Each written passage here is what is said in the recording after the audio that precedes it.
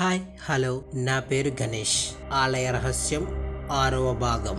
శీర్షిక పేరు ధృతరాష్ట్ర కౌగిలి. పురుషోత్తమ రుద్ర మహదేవ రుద్ర ఇరువురి సంభాషణలో ఉన్నప్పుడు అక్కడికి ప్రియదత్త మరియు మాలినీదేవి ప్రియ తన ముగ్గురు గురువులతో కలిసి వచ్చింది. ఆ గురువులు ఇంకెవ్వరో కాదు, గగన, ధరణి మరియు జ్వాలా తెగల నాయకులు. ముగ్గురు నాయకులు కొంచెం తలను వంచి తమ కుడి చేతిని హృదయంపైకి పోనిచ్చి పురుషోత్తమ రుద్రాకి తమ గౌరవ వందనాన్ని అందించారు. అంతే గౌరవంతో 3 తెగల అధిపతులకు స్వాగతం పలుకుతూ తగిన ఉచితాసనములను చూపించి మహదేవ రుద్ర కూడా తన గౌరవాన్ని ప్రదర్శించారు. పురుషోత్తమ రుద్ర చిరునవ్వుతో, మీ శిక్షణ చాలా బాగుంది. మా చిన్నారి దేవీప్రియ కత్తి విన్యాసాలతో చెలరేగిన వింజామారుతాలు నా ఏకాంత మందిరాన్నే తాకుతున్నాయి. ఈ ప్రశంసకు తెగల నాయకులు ముఖంపై చిరునవ్వులు చూపించిన హృదయంలో వారు సాధించిన దానికి ఎంతగానో గర్వపడినారు. వారి ఆలోచన ఒక్కటే, మాలినీదేవి ప్రియ అంత శక్తివంతముగా పుట్టబోయే వారసుని కూడా తీర్చిదిద్దాలి అని. ఎంతైనా మా దేవీ ప్రియ లాంటి ప్రతిభావంతురాలైన శిష్యురాలు లభించడం మీ గురువులకు అదృష్టమే అని ఒక చెలోత్తిని విసిరాడు పురుషోత్తమ రుద్ర.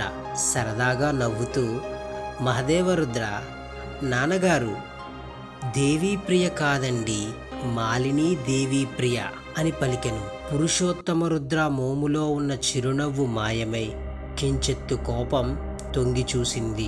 సువాసన విరజిమ్మే అంత స్వచ్ఛమైన వెన్న లభించే సమయాన్న కవ్వమే కడవను పగలగొట్టినట్లు శుభవార్త కోసం ఎదురు చూస్తున్న వారందరి మధ్యన మహదేవ మాలిని అన్న పదాన్ని ఒత్తి చెప్పడంతో పురుషోత్తమ రుద్రకి కోపానికి కారణమయ్యాడు. ఆ కోపంతో మహదేవరుద్రకి ధృతరాష్ట్ర కౌగిలిని అందించి చెవులో తనకి మాత్రమే వినపడేలాగా ఈ మాటలు పలికెన్. దేవీ పంచమి మందిరం బయట సంభాషణ ఈ విధంగా ఉంటే లోపల దేవీ పంచమి పరిస్థితి మరో విధముగా ఉన్నది. ప్రసవం క్షణక్షణానికి కష్టమవుతుంది. ఏ క్షణాన ఏ దుర్వార్త రాజుగారికి చెప్పాలేమో, చెబితే ఏ ప్రమాదం ముంచుకొస్తుందేమో అని రాజవైద్యులు గుండెని చేత్తో పట్టుకుని మరీ తన పూర్తి అనుభవాన్ని రంగరించి మంత్రసాని సహాయంతో వైద్యాన్ని చేస్తున్నాడు. కానీ క్షణమొక యుగంలా గడుస్తుంది. రాణివారి ఆర్తనాదాలతో వారి మందిరమంతా దద్దరిల్లిపోతుంది. పరిస్థితి మరీ దిగజారిపోయి రాణివారు స్పృహను కోల్పోయే పరిస్థితికి వచ్చారు. మాలిని అనే పేరు వెనుక ఉన్న కథ నాకు తెలియదనుకుంటున్నావా కుమారా? మొదట నేను యువరాజుని, తర్వాతే మహారాజుని. ఇటువంటి రాజకార్యాలు ఎన్నో చేసి ఇచటికి వచ్చా. కానీ మన కుటుంబానికి ఉన్న నియమ నిబంధనలు తెలుసు కదా. తెలిసి కూడా నీ ప్రవర్తన చూస్తుంటే ఆవిడ గారిని కోటలోకి తీసుకువచ్చే ఆలోచనేదో ఉన్నట్టున్నది. అదే జరిగితే ఇద్దరిని చంపి నిషేధిత వనంలో మొక్కలకు ఎరువులుగా వేస్తా అని మహదేవకు మాత్రమే వినపడేలాగా, భయపడేలాగా చిన్నగా పలికెన్ పురుషోత్తమ రుద్ర.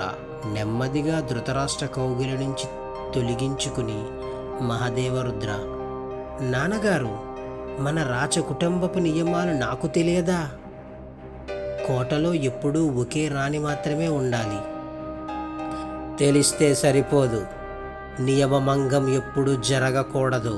జరిగితే కోట కోడలే బద్దలవుతాయి. ఆ మాటకు మొత్తం వాతావరణమంతా నిశ్శబ్దమై లోపలున్న రాణివారి ఆప్తనాదాలు చాలా స్పష్టంగా వినిపిస్తున్నాయి. ఏదో అనుకోని ఆపద వస్తున్నట్లు ముగ్గురి తెగల నాయకులకి మనసులో ఒకే భావన చెలరేగింది.